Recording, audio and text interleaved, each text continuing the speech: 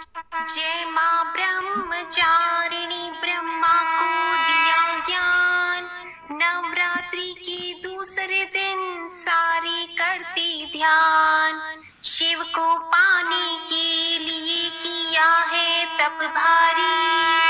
ओम नमः शिवाय जप कर शिव की बनी वो प्यारी। या देवी सर्वभूतेषु ब्रह्मचारी रूपेण संस्थिता। नमस्तस्यै नमस्तस्यै नमस्तस्यै नमो नमः। प्रिय भक्तजनों, आज शारदीय नवरात्रि का दूसरा दिन है और आज आश्विन मास के शुक्ल पक्ष की द्वितीया तिथि है। आज के दिन माता ब्रह्मचारिणी की व्रत कथा का श्रवण करने से लंबी आयु का आशीर्वाद प्राप्त होता है, सभी प्रकार के सुख प्राप्त होते हैं और व्यक्ति को सभी कार्यों में सफलता मिलती है। प्रिय भक्तजनों, अब आप सुनेंगे माँ ब्रह्मचारिणी की बड़ी ही दुर्लभ कथा। आप इस कथा को बड़ी ही श्रद्धा और प्रसन्न चित्त मन से सुनिएगा। माँ ब्रह्मचारिणी देवी का स्वरूप पूर्ण ज्योतिर्मय एवं अत्यंत भव्य है। उनके दाहिने हाथ में जप की माला और बाएं हाथ में कमंडलू रहता है। अपने पूर्व जन्म में जब ये हिमालय के घर पुत्री के रूप में उत्पन्न हुई थी, तब नारद जी के उपदेश से उन्होंने भगवान शंकर जी को पति के रूप में प्राप्त करने के लिए अत्यंत कठिन तपस्या की थी। इसी दुष्कर तपस्या के कारण इन्हें तपस्चारिणी अर्थात ब्रह्मचारिणी नाम से अभिहित किया गया।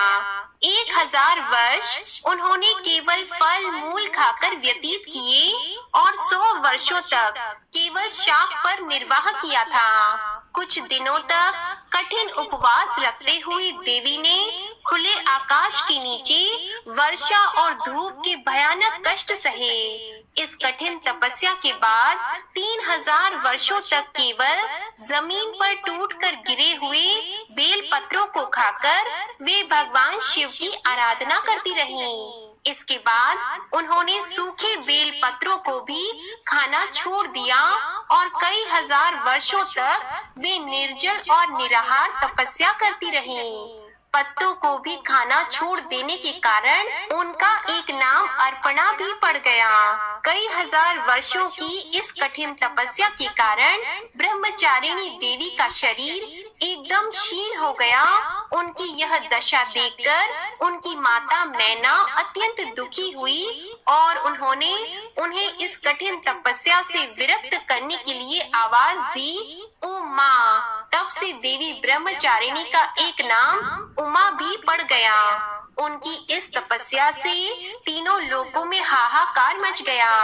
देवता, ऋषि, सिद्धगण, मुनि सभी देवता ब्रह्मचारिणी की इस तपस्या को अभूतपूर्व पुण्य कृत्य बताते हुए उनकी सराहना करने लगे। अंत में पितामह ब्रह्मा जी ने आकाशवाणी के द्वारा उन्हें संबोधित करते हुए प्रसन्न स्वर में कहा, हे देवी, आज तक किसी ने ऐसी कठोर तपस्या नहीं की जैसी तुमने की है। तुम्हारे इस अलौकिक कृत्य की चारों ओर सराहना हो रही है। तुम्हारी मनोकामना सर्वतोभावेन परिपूर्ण होगी। भगवान चंद्रमौली शिव जी तुम्हें पति रूप में प्राप्त अवश्य होंगे। अब तुम तपस्या से विरत होकर घर लौट जाओ। शीघ्र ही तुम्हारे पिता तुम्हें बुलाने आ रहे हैं। भक्तजनों, माँ ब्रह्मचारिणी की इस कठोर तपस्या को देखते हुए भगवान शिव जी ने कई बार उनकी परीक्षा भी ली। उस परीक्षा में देवी माँ उत्तीर्ण हुई और इससे प्रसन्न होकर महादेव भगवान भोलेनाथ ने माता ब्रह्मचारिणी को अपनी अर्धांगिनी स्वीकार किया, उन्हें आशीर्वाद दिया तथा उनसे विवाह किया। माँ दुर्गा का यह दूसरा स्वरूप भक्तों और सिद्धों को अत्यंत फल देने वाला है। उनकी उपासना से मनुष्य में तप, त्याग, वैराग्य, सदाचार और संयम जैसे गुणों की वृद्धि होती है। जीवन के कठिन संघर्षों में भी व्यक्ति अपने कर्तव्य से विचलित नहीं होता। माँ ब्रह्मचारिणी देवी की कृपा से उसे सर्वत्र सिद्धि और विजय की प्राप्ति होती है। लालसाओं से मुक्ति के लिए माँ ब्रह्मचारिणी का ध्यान लगाना बहुत ही श्रेष्ठ माना जाता है। दुर्गा पूजा के दूसरे दिन इन्हीं के स्वरूप की उपासना की जाती है और इसी दिन साधक का मन स्वाधिष्ठान चक्र में उपस्थित होता है। इस चक्र में अवस्थित चित्त वाला योगी ब्रह्मचारिणी जी की कृपा और भक्ति सहज ही प्राप्त कर लेता है। प्रेम से बोलिए माता ब्रह्मचारिणी की जय। जय हो माँ शारदा, जय माँ भवानी। अपने सभी भक्तों का दुख दूर करो माँ। जय माता दी। ओम नमः शिवाय। प्रिय भक्तजनों, आइए अब सुनते हैं माता रानी की दूसरी कथा। एक राजा और एक रानी थी। बहुत दिनों तक उनके कोई संतान नहीं हुई। बहुत जप और तप करने के बाद कई सालों बाद उनको एक संतान की प्राप्ति पुत्र रूप में हुई। अब राजा और रानी बहुत खुशी से अपना राजपाट संभालने लगे। कई दिनों तक ऐसे चलता रहा और देखते देखते पुत्र 4-5 साल का हो गया। एक दिन की बात है, रानी दोपहर में बच्चे के साथ सो रही थी और बच्चे की नींद खुल जाती है। वह उठकर बाहर की ओर जाने लगा। क्योंकि उसको बाहर जाने नहीं दिया जाता था, तो वह माँ को सोता हुआ देखकर उसके मन में बाहर जाकर अपनी उम्र के बच्चों के साथ खेलने की इच्छा हुई और वह छिपकर बाहर चला गया। वह खेलते खेलते बहुत दूर चला गया और वह किसी दूसरे गांव में जा पहुंचा। इधर जब रानी की नींद खुली तो वह बच्चे को अपने पास न देखकर बहुत हैरान हुई। फिर बच्चे की खोजबीन शुरू की गई। बहुत प्रयास करने के बाद सफलता हासिल नहीं हुई, अर्थात उनको बच्चा नहीं मिला। अब राजा रानी फिर से दुखी हो गए। अब वह बच्चा उस गांव में एक ग्वाले के घर पहुंचा। तो ग्वालिन ने उससे पता पूछा कि हे पुत्र, तुम कहाँ से आए हो? तो वह बच्चा अपने बारे में कुछ बता नहीं सका, क्योंकि वह बहुत छोटा था, उसको कुछ पता नहीं था। वह केवल बच्चों के साथ खेलते खेलते दूर चला गया था। तो ग्वाले ने कहा कि जब यह बच्चा अपना नाम नहीं बता पा रहा है, तो इसको अपने पास रख लो। जैसे तुम्हारे 2 बच्चे हैं, वैसे ही यह तीसरा रहेगा। अब इधर वह बालक ग्वाले के बच्चों के साथ घुल मिलकर खेलने लगा और कुछ दिन बीत भी गए। एक दिन ग्वाले की नजर उस बच्चे के हाथ पर पड़ी, तो वह देखा कि उसके हाथ में किसी का नाम लिखा हुआ है। तो वह बच्चे से पूछा, पुत्र, यह किसका नाम है? तो उस बच्चे ने कहा, यह हमारे पिताजी का नाम लिखा है। तो ग्वाले ने कहा कि हम आपके पिताजी का नाम ढूंढते हुए घर पर चलेंगे। अब देखिए, इधर जब राजा शिकार पर निकल जाते हैं, तो रानी रोज अपने बच्चे को इधर उधर ढूंढती है, क्योंकि माँ का हृदय था। वह दिन भर तड़पती, अपने बच्चे की याद में इधर उधर बाग बगीचे में देखती कि कहीं मेरे बच्चे का कोई संदेश आ जाए। रानी यही सोचती कि इतने दिन बाद एक संतान हुई थी, तो मैंने लापरवाही में वह भी अपने हाथ से गवा दी। अब रानी एकदम निराश होकर एक गांव में पहुंची। तो वहां उसने देखा कि कुछ औरतें मिलकर देवी माता की पूजा कर रही थी। तो रानी भी वहां जाकर बैठकर पूरी पूजा देखती है और पूजा के दौरान माता रानी की कथा को बहुत मन लगाकर सुनती है। पूजा समाप्त हो जाने के बाद सभी सुहागिनें रानी को प्रसाद देती हैं। तब रानी ने पूछा, बहन, आप किसकी पूजा कर रही हैं? हमको भी बताइए। तब सभी सुहागिनों ने कहा कि हम माँ भवानी, माँ दुर्गा की पूजा कर रही हैं। माता बहुत ही दयालु है।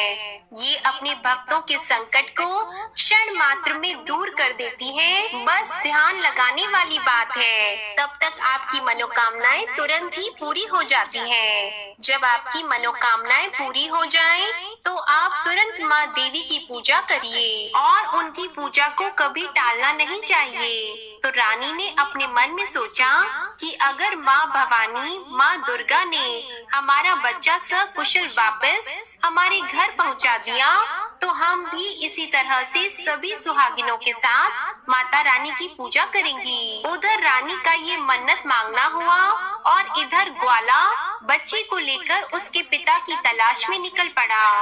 वह कई जगह ढूंढते हुए काफी देर बाद गांव के किनारे पहुंचा तो एक व्यक्ति से पूछा कि भैया, इस नाम के व्यक्ति को क्या आप जानते हैं? तो वह आदमी ने बताया, हाँ भैया, यह हमारे राजा का नाम है। उनका पुत्र खो गया है, क्या यह उन्हीं का पुत्र है? यह बताकर ग्वाले को घर का पता बताया। ग्वाला जब बच्चे को लेकर राजा के द्वार पर पहुंचा तो राजा रानी ने अपने बच्चे को देखकर लिपटकर भी रोने लगे और बार बार ग्वाले का धन्यवाद करने लगे। तो राजा ने पूछा कि भाई, इसको आपने कहाँ पाया? तो ग्वाले ने कहा, राजा साहब, यह बालक घूमते घूमते हमारे गांव आ पहुंचा था। तब हमने इससे इसका पता पूछा तो बालक कुछ नहीं बता सका।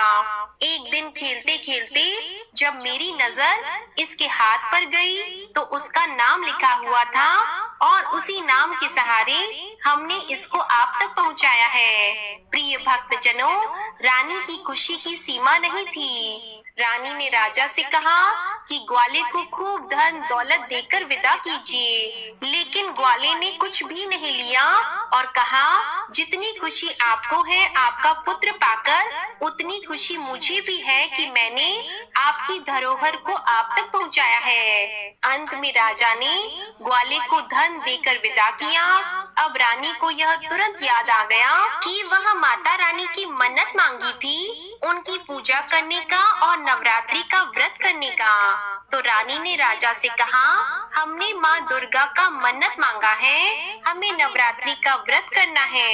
हम नवरात्रि का व्रत करेंगे और नगर की कुछ स्त्रियों को निमंत्रण दीजिए और तुरंत माँ भवानी की पूजा कीजिए। रानी ने तुरंत माता की पूजा करने वाली सारी सामग्री इकट्ठा करवाई।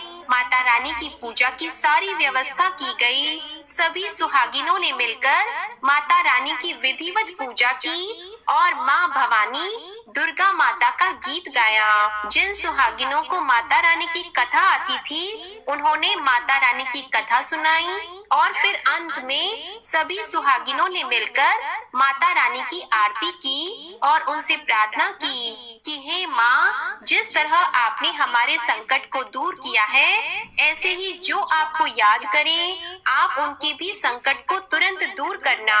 हे माँ, आपका स्वभाव बड़ा ही दयालु है, बड़ा ही सहज है, बड़ी ही कृपालु है। जय माता रानी। हे माँ भवानी, जिस प्रकार आपने रानी के बच्चे को वापस किया, उसकी गोद भरी, उसके जीवन में खुशियाँ लौटाई, उसी प्रकार सभी माताओं की गोद को हरा भरा रखना, सभी के घर में सुख समृद्धि लाना। जय माँ दुर्गा। ओम नमः शिवाय। प्रिय भक्तजनों, आइए अब सुनते हैं माँ तारा रानी की कथा। एक समय की बात है, माँ भगवती को मानने वालों में से एक राजा स्पर्श भी थे। वो दिन रात उनकी पूजा अर्चना में लीन रहते थे। राजा को किसी चीज की कोई कमी नहीं थी, बस उन्हें बच्चे की ख्वाहिश थी। सालों से बच्चा नहीं होने के कारण राजा कुछ निराश रहा करते थे।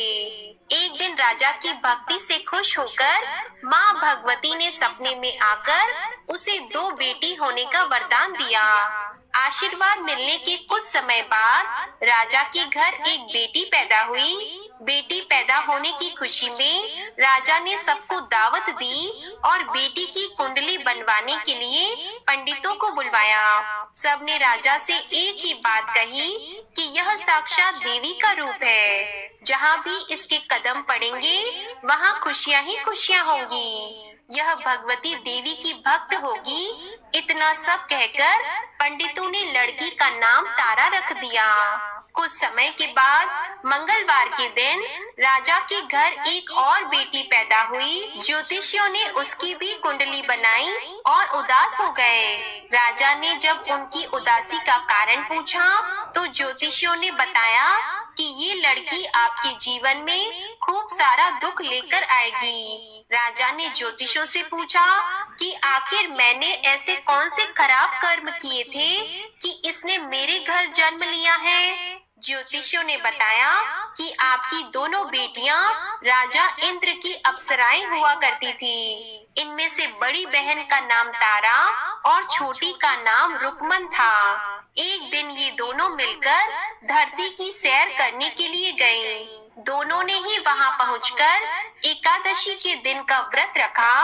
तारा ने अपनी छोटी बहन से कहा कि आज एकादशी का व्रत है, इसलिए बाजार जाकर कुछ ताजे फल ले आओ, लेकिन वहाँ कुछ मत खाना। रुकमन बाजार फल लेने के लिए चली गई। वहाँ उसे मछली के पकौड़े दिखे। उसने झट से उन्हें खा लिया और अपनी दीदी के लिए कुछ फल ले लिए। रुकमन से तारा ने पूछा कि तुम अपने लिए फल क्यों नहीं लाई?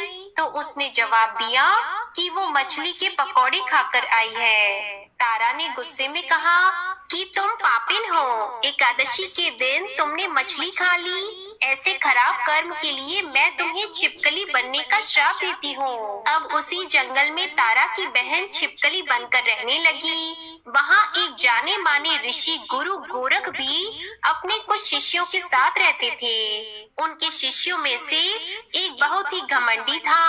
अपने घमंड के चलते वो शिष्य कमंडलों में पानी भरकर एकांत में बैठकर तपस्या करने लगा। तभी एक प्यासी गाय वहां आ गई। उसने सीधे अपना मुंह उस कमंडलू में डाला और पानी पी लिया। पानी पीने के बाद जैसे ही गाय अपना मुंह बाहर को निकालने लगी तो कमंडल नीचे गिर गया और ऋषि का ध्यान भंग हो गया। ऋषि ने देखा कि गाय पानी पी गई है। अब गुस्से में ऋषि ने गाय को एक चिमटे से बुरी तरह घायल कर दिया। इस बात की जानकारी जब गुरु गोरख को पड़ी तो वे तुरंत गाय को देखने के लिए गए। जैसे ही उन्होंने गाय की हालत देखी, वैसे ही अपने उस घमंडी शिष्य को आश्रम से बाहर निकाल दिया। कुछ दिनों के बाद गौ माता पर किए गए उस अत्याचार से होने वाले पाप को कम करने के लिए उन्होंने एक यज्ञ करवाया। इस यज्ञ के बारे में गाय को चिमटे से मारने वाले घमंडी शिष्य को भी पता चला। वो सीधे पक्षी का रूप धारण करके यज्ञ स्थल पर गया और भोजन में अपनी चोंच से मरा हुआ सांप डाल दिया। किसी को इस बात की खबर नहीं हुई। यह सब होते हुए तारा से श्राप मिलने वाली छिपकली रुकमन देख रही थी। उसके मन में हुआ कि इसे खाकर सारे लोग मर जाएंगे। सबकी जान बचाने के लिए छिपकली बनी रुकमन सभी लोगों के सामने भोजन पर गिर गई। लोगों ने छिपकली को खूब कोसा और बर्तन को खाली करने लगे। उसी वक्त भंडारा करने वालों को खाने में मरा हुआ सांप भी दिखा। तब कहीं जाकर सबको समझ आया कि छिपकली सबकी जान बचाने के लिए जानबूझकर भोजन में गिरी थी। एक छिपकली होने के बावजूद भी इतने अच्छे विचार होने की वजह से यज्ञ में मौजूद सारे महत्वपूर्ण लोगों ने कहा कि हमें इस छिपकली की मुक्ति के लिए प्रार्थना करनी चाहिए। पंडित ने आगे बताया कि सबकी प्रार्थना से ही वो छिपकली तीसरे जन्म में आप जैसे प्रतापी राजा के घर बेटी के रूप में पैदा हुई है। वहीं तारा ने दूसरा जन्म तारामती के रूप में लिया और अयोध्या के राजा हरिश्चंद्र से शादी की। इतनी सब बातें कहने के बाद पंडितों ने राजा स्पर्श को रुकमन को मारने की सलाह दी। इस बात पर राजा बोले, मैं किसी बेटी को कैसे मार सकता हूँ? ऐसा करना पाप होगा। फिर ज्योतिषियों ने कहा कि एक संदूक में सोना चांदी लगवाकर उसके अंदर लड़की को रख देना और संदूक को पानी में बहा देना। उसमें लगा हुआ सोना चांदी देखकर लोग नदी से संदूक जरूर निकालेंगे और लड़की की जान बच जाएगी। राजा ने ज्योतिषों के बताए अनुसार वैसा ही किया। नदी में सोना चांदी जड़ा हुआ संदूक देखकर काशी के पास ही एक भील ने उसे बाहर निकाल लिया। उसके कोई बच्चे नहीं थे, इसलिए उसने संदूक के अंदर की लड़की को पालने का फैसला लिया। उस भील और उसकी पत्नी ने खूब प्यार से उसे पाला और रुक को उसका नाम रख दिया। बड़ी होते ही दोनों ने रुक्को की शादी करवा दी। रुक्को की सासू माँ तारामती और राजा हरिश्चंद्र के महल में साफ सफाई करने का काम किया करती थी। कुछ दिनों के बाद रुक्को की सासू माँ बीमार हो गई। उनकी जगह रुक्को वहाँ काम करने लगी। तारामती ने उसे देखा और पुराने जन्म के पुण्य के कारण पहचान लिया और उसे कहा कि तुम मेरे साथ बैठ जाओ। तो रुक्को ने कहा कि मैं तो भील हूँ, इसलिए आपके पास नहीं बैठ सकती। तब तारामती ने उसे बताया कि तुम पूर्व जन्म में मेरी ही बहन थी। तुमने एकादशी के व्रत के दिन मछली खा ली थी और मैंने तुम्हें दंड देते हुए छिपकली बना दिया था। अब तुम्हें दोबारा मनुष्य जन्म मिला है, तो इस जन्म में माँ वैष्णो की पूजा करके पुण्य कमा लो। माँ की पूजा से तुम्हारी सारी इच्छाएं भी पूर्ण होंगी। तारामती की इस बात को सुनने के बाद रुक्को माँ वैष्णो से एक बेटे के लिए प्रार्थना करती है और कहती है कि अगर उसकी मनोकामना पूरी हुई तो वो अपने घर में माँ वैष्णो देवी का पूजन और जागरण करवाएगी। हे प्रिय भक्तों, माँ वैष्णो देवी उसकी प्रार्थना सुन लेती हैं और उसे बेटा होता है। पुत्र की प्राप्ति के बाद रुक्को उसकी देखभाल और लाड दुलार में माँ वैष्णो देवी की पूजा करना भूल जाती है। ऐसा होते होते 5 साल बीत गए और फिर एक दिन उस बच्चे को चेचक यानी कि माता निकल आती है।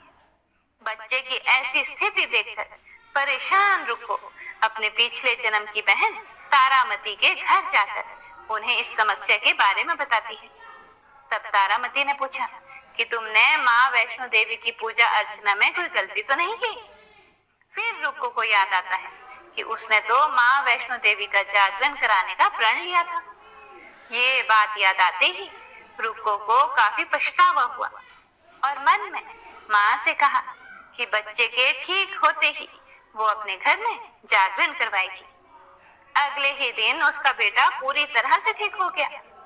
तभी रुक्को ने माता रानी के मंदिर जाकर पुजारियों को कहा कि मंगलवार के दिन घर में जागरण करवा दीजिए। रुक्को की बात सुनकर पंडित जी कहते हैं कि तुम यहीं पर 5 रुपए दे दो, तुम्हारे लिए हम मंदिर में ही जागरण करा देते हैं। फिर रुक्को ने कहा कि मुझे पता है कि मैं चमारिन हूँ, लेकिन आप मेरे घर आकर ही जागरण करवा दीजिए। माँ किसी भी तरह का भेदभाव नहीं करती, तो आपको भी नहीं करना चाहिए। इस पर पंडितों ने विचार विमर्श करके कहा कि अगर रानी आपकी जागरण में आती है तो हम तुम्हारे घर आकर जागरण करने के लिए तैयार हैं। पंडितों की बात सुनकर रुक्को अपनी बहन रानी तारामती के पास जाती है और तारामती को सारी बात बताती है।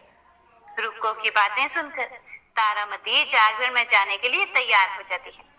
इस बात को बताने के लिए रुक्को जब पंडित जी के पास जाती है, तब उनके बीच की बातों को सेन नामक नाई सुन लेता है। फिर वह राजा हरिश्चंद्र को जाकर सारी बातें बता देता है। राजा के मन में हुआ कि रानी को नीची जाति वालों के घर जागरण में नहीं जाना चाहिए। इसी वजह से वो अपनी उंगली काट लेते हैं, जिससे उन्हें नींद न आए और रानी जागरण में न जा सके।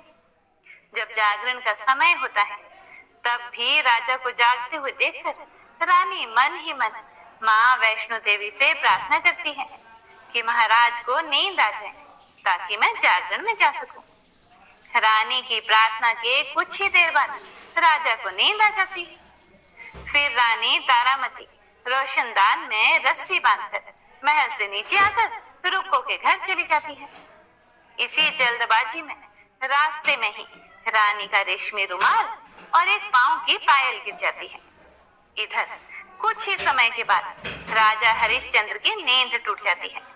नींद खुलने पर रानी को अपने पास ना देखकर राजा उसकी तलाश में निकल जाते हैं। रानी को ढूंढते ढूंढते उन्हें रानी का रुमाल और पायल मिलती है। रानी की चीजों को अपने साथ लेकर राजा जागरण में पहुंच जाते हैं और एक जगह चुपचाप बैठकर जागरण सुनने लगते हैं। माँ वैष्णो देवी के जय जयकारे के साथ जागरण खत्म होता है और सभी को प्रसाद दिया जाता है। तब रानी अपने हिस्से के प्रसाद को झोली में डाल लेती है। रानी के ऐसा करने पर लोग उनसे पूछते हैं कि वो प्रसाद क्यों नहीं खा रही। अगर आप प्रसाद नहीं खाओगे तो हम जागरण में आए हुए लोग भी प्रसाद नहीं खाएंगे। तब रानी बोलती है कि वह प्रसाद राजा के लिए था, अब आप मुझे प्रसाद दीजिए। फिर अपने लिए प्रसाद लेकर रानी सबके सामने उसे खा लेती है। रानी के प्रसाद खाते ही जागरण में मौजूद सभी भक्तों ने भी प्रसाद खाया। उसके बाद रानी महल के लिए निकल जाती है। तभी रास्ते में ही राजा उन्हें रोककर पूछते हैं कि तुमने नीच जाति के घर प्रसाद खाकर खुद को अपवित्र कर लिया है। तुमने मेरे लिए भी प्रसाद रखा है, अब तुम उससे मुझे भी अपवित्र करना चाहती हो। अब मैं तुम्हें अपने महल नहीं लेकर जा सकता। यह बोलते हुए जब राजा रानी की झोली को देखता है, तब उन्हें प्रसाद की जगह गुलाब, चंपा जैसे अनेक फूल और कच्चा चावल व सुपारियां नजर आती हैं। इस चमत्कार को देखकर राजा बड़ा ही हैरान हो जाते हैं। फिर राजा चुपचाप रानी को अपने साथ लेकर महल पहुंच जाते हैं। वहां रानी बिना माचिस के ही माता रानी के सामने दीपक जलाकर राजा हरिश्चंद्र को और हैरान कर देती है। फिर रानी बोलती है कि माता के दर्शन करने के लिए बहुत बड़ा त्याग करना पड़ता है। इसके लिए आपको अपने बेटे रोहिताश्व की बलि देनी होगी, तभी माँ दुर्गा आपको साक्षात दर्शन देंगी। यह सुनकर राजा के मन में माँ के दर्शन की इच्छा होने लगी, जिसके लिए राजा अपने पुत्र की बलि दे देते हैं। बलि देने के बाद माँ दुर्गा शेर पर सवार होकर प्रकट हो जाती हैं। उन्हें देखकर राजा हरिश्चंद्र बहुत खुश होते हैं और माँ दुर्गा ने तुरंत राजा के बेटे को भी दोबारा जिंदा कर दिया। इस चमत्कार को देखकर राजा हरिश्चंद्र खुश हो गए। तभी राजा ने माँ की पूरी विधि से पूजा करके उनसे अपनी गलतियों के लिए माफी मांगी। माँ दुर्गा ने भी राजा को खुश रहने का आशीर्वाद दिया और उसके बाद अंतर ध्यान हो गई। तब राजा ने तारा रानी से कहा कि मैं बहुत खुश हूँ कि मुझे पत्नी के रूप में आप मिली हैं। फिर राजा हरिश्चंद्र, तारा रानी और रुक्मन तीनों अपनी मनुष्य योनि से छुटकारा पाकर देवलोक में चले जाते हैं। तो प्रेम से बोली माता रानी की जय। जय अम्बे माँ। ओम नमः शिवाय। हे प्रिय भक्तों, तो आइए अब सुनते हैं लप्सी और तपसी की कहानी। यह एक पौराणिक लोक कथा है। इस कथा के अनुसार एक लप्सी था तथा एक तपसी था। तपसी सदैव भगवान की तपस्या में लीन रहता था और लप्सी रोजाना सवा सेर की लापसी बनाकर भगवान का भोग लगाकर खा लेता था। एक दिन वह दोनों लड़ने लगे। तपसी बोला, मैं रोजाना भगवान की तपस्या करता हूँ, इसीलिए मैं बड़ा हूँ। तो लप्सी बोला कि मैं रोज भगवान को सवा सेर लापसी का भोग लगाता हूँ, इसीलिए मैं बड़ा हूँ। तभी देव मुनि और परम वैष्णव ब्रह्मा जी के मानस पुत्र और महाज्ञानी नारद जी वहां से गुजर रहे थे। उन्होंने लप्सी और तपसी दोनों को लड़ते हुए देखकर उनसे पूछा कि तुम दोनों क्यों लड़ रहे हो। तब तपसी ने खुद के बड़ा होने का कारण बताया और लप्सी ने अपने सर्वश्रेष्ठ होने का कारण बताया। उन दोनों की पूरी बात सुनकर महाचतुर भक्त शिरोमणि नारद जी बोले और महाज्ञानी नारद जी वहां से गुजर रहे थे। उन्होंने लप्सी और तपसी दोनों को लड़ते हुए देखकर उनसे पूछा कि तुम दोनों क्यों लड़ रहे हो। तब तपसी ने खुद के बड़ा होने का कारण बताया और लप्सी ने अपने सर्वश्रेष्ठ होने का कारण बताया। उन दोनों की पूरी बात सुनकर महाचतुर भक्त शिरोमणि नारद जी बोले कि तुम दोनों का फैसला मैं कर दूंगा। दूसरे दिन लप्सी और तपसी नहाकर अपनी रोज की भक्ति करने के लिए गए तो नारद जी ने छुपकर 1.25 करोड़ की एक अत्यंत बहुमूल्य रत्न जड़ित और दुर्लभ मणियों से बनी अंगूठी उन दोनों के सामने रख दी। हे प्रिय भक्तों, तपसी की नजर जब अंगूठी पर पड़ी तो उसने चुपचाप अंगूठी उठाकर अपने नीचे दबा ली। लप्सी की नजर अंगूठी पर पड़ी लेकिन उसने ध्यान ही नहीं दिया और भगवान को भोग लगाकर लापसी खाने लगा। इसके बाद नारद जी उन दोनों के सामने आए तो दोनों ने हे नारद जी से पूछा, हे मुनि श्रेष्ठ, अब आप अपना निर्णय बताइए कि हम में से कौन बड़ा है, किसकी भक्ति श्रेष्ठ है। तो नारद जी ने तपसी से खड़ा होने को कहा। जब वह खड़ा हुआ तो उसके नीचे दबी अंगूठी उन्हें दिखाई पड़ी। नारद जी ने तपसी से कहा कि तपस्या करने के बाद भी तुम्हारी चोरी करने की आदत नहीं गई, इसीलिए लपसी बड़ा है और तुम्हें तुम्हारी तपस्या का कोई भी फल नहीं मिलेगा। हे प्रिय भक्तों, तब तपसी बड़ा शर्मिंदा होकर नारद जी से माफी मांगने लगा। उसने नारद जी से पूछा कि मुझे मेरी तपस्या का फल कैसे मिलेगा। तब नारद जी ने उससे कहा कि यदि कोई गाय और कुत्ते की रोटी को नहीं बनाएगा, यदि कोई ब्राह्मण को भोजन करवाकर दक्षिणा नहीं देगा, तो उनके दान धर्म का फल, उन लोगों की पूजा का फल तुझे मिलेगा। यदि कोई सुहागिनी साड़ी के साथ ऊपरी अंगोछा का दान नहीं देगा, तो वह फल तुझे मिलेगा। यदि कोई दिए से दिया जलाए, तो वह फल भी तुझे मिलेगा। यदि कोई सारी कहानी सुने लेकिन तुम्हारी कहानी नहीं सुने, तो उसकी पूजा का फल भी तुझे मिलेगा। हे प्रिय भक्तों, उसी दिन से हर व्रत कथा कहानी के साथ लपसी तपसी की यह कहानी भी अवश्य सुनी और कही जाती है।